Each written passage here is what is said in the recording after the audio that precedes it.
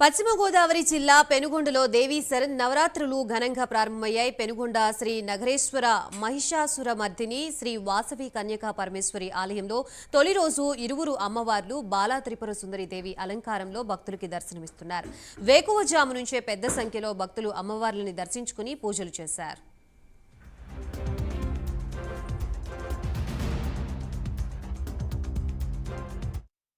నగరేశ్వర మహిషాసురమర్దిని సమేత శ్రీవాసవి కన్యకా పరమేశ్వరి అమ్మవారి శరన్నవరాత్ర మహోత్సవాలు దిగ్విజయంగా ప్రారంభమయ్యాయి. ఉదయమే విఘ్నేశ్వర పూజ, పుణ్యాహవాచన, మహాసంకల్పం, ఆర్థిక వరుణులతోటి 9 రోజులు కూడా అమ్మవారికి నిత్యము కూడా స్వామివారికి అభిషేకం, అమ్మవారికి కుంకుమార్చనలు, అలాగే సూర్య నమస్కారాలు, బాలా త్రిపుర సుందరి జపం, జ్యోతిర్లింగార్చన, మహాలింగార్చన ఇత్యాది కార్యక్రమాలన్నీ కూడా అమ్మవారికి చాలా వైభవోపేతంగా పెనుగొండ పట్టణంలో ప్రారంభం.